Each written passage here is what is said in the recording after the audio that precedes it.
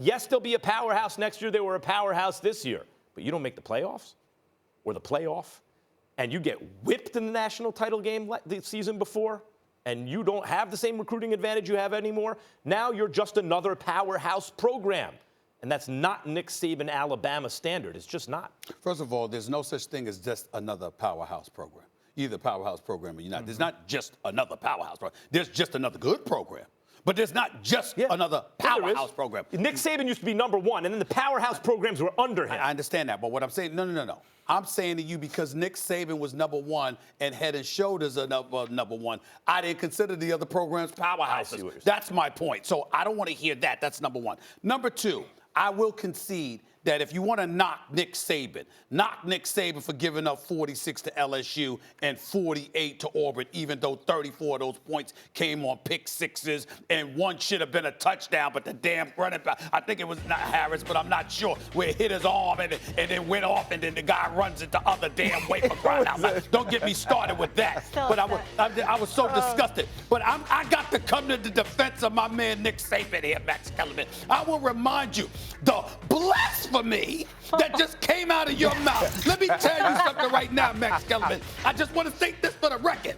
Let me just as a reminder, because I'm not accusing you of not knowing, but it was blasphemous and heathenous. Okay, and you need to go, you need to pray.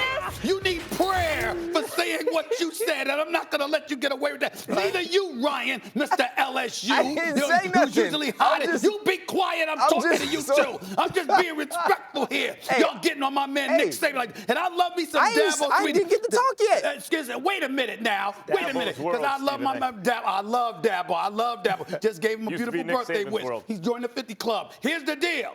Nick Saban, 247 and 65 and 1. That's a career 79% winning percentage. At Alabama, 156 and 23. That's an 87.2% winning percentage in 13 seasons.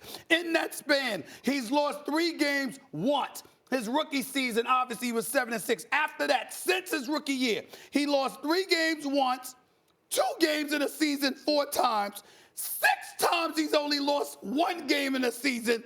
He has 5 national titles. That's why he was the best coach. Let me finish. And so what happens this year? You got Tua, shows up against LSU. First of all, he's on 1 leg. Okay, you got all world wide receivers like Judy dropping a couple of touchdown passes, okay?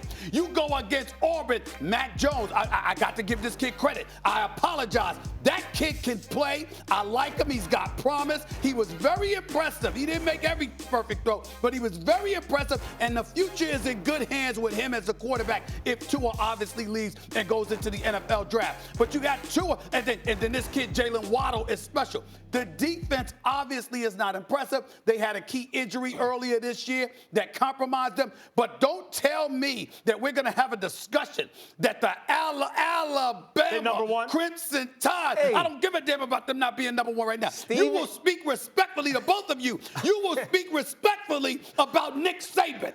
Don't y'all stop with me. 10-3 in his last 13. Excuse maker. Just listen for a second. Excuse maker. Stephen A. Excuse maker. Listen for a second. Because if you give me a chance to talk, you will realize I'm on your side. Go ahead, yes, man. I am an LSU guy, and I do not like Alabama, but I don't like Alabama like many people didn't like the Bulls, like people didn't like the Lakers and the Celtics, because they win and because they beat us. But what I do know about Nick Saban is Nick Saban's not only the reason that Alabama is a powerhouse. Nick Saban is also the reason that LSU can now work themselves back into being a powerhouse. When Nick Saban walked into LSU my junior year, he looked at us and he said, you know what? You guys don't look like football players.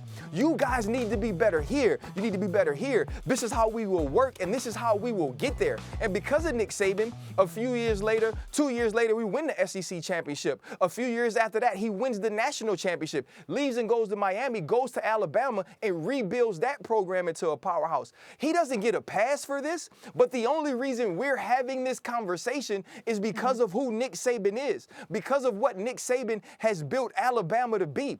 If Sam Howell makes the pitch in overtime for North Carolina against the Clemson Tigers and they lose there, we're not talking about Dabo Swinney the way we're talking about Nick Saban. We're not asking if Dabo Swinney gets a pass. Who's the we're best making coach in college excuses football, for him. Ryan? Nick Saban's Right the best now. coach. He's the best coach in college football. Then why is his chief rival? Why is his chief rival even up in national title games? But by the way, whooped them last year. Well, Is in the playoff this year most likely, and Max, Nick Saban is not. Max, the problem is this. We don't compare Nick Saban to just Clemson. It's Nick Saban versus the world. It's the same way it was when Tiger Woods was the best golfer in the world. It was what we picking Tiger Woods or what we picking the field. Because right now, we're not talking about whether or not Clemson is going to win it. We're talking about the fact that Alabama can't. Because but that's if what's Clemson important. does, Max and Ryan, I'm coming to y'all. I'm coming to both of y'all with this. I'm going to make you smile, especially you, Max Kellerman, with what I'm about to say, Max.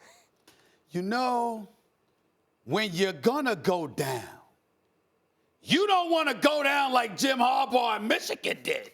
You understand? Giving up 62 last year, 56 this year, losing by 29 points. If you're going to go down with a backup quarterback whose breath smelled like Similac, just like he came out of the womb, for crying out loud, we ain't know nothing about this dude. And here's this dude dropping 45, and your damn field goal kicker had a chance to tie it, and he snuffed it. That's the one thing about Nick. If you're going to go down, that's how you go down, Max. Yeah. All right. Oh, I'm not arguing. Saban's the GOAT, just like Brady's the you GOAT. be respectful. But all things come to an end. Okay, just one quick question for you. Is it a cliff or a gentle slope for Nick Saban? Gentle slope for Nick Saban. Okay, thank you. You better be respectful. Thanks for watching ESPN on YouTube. For more sports highlights and analysis, be sure to download the ESPN app. And for live streaming sports and premium content, subscribe to ESPN+.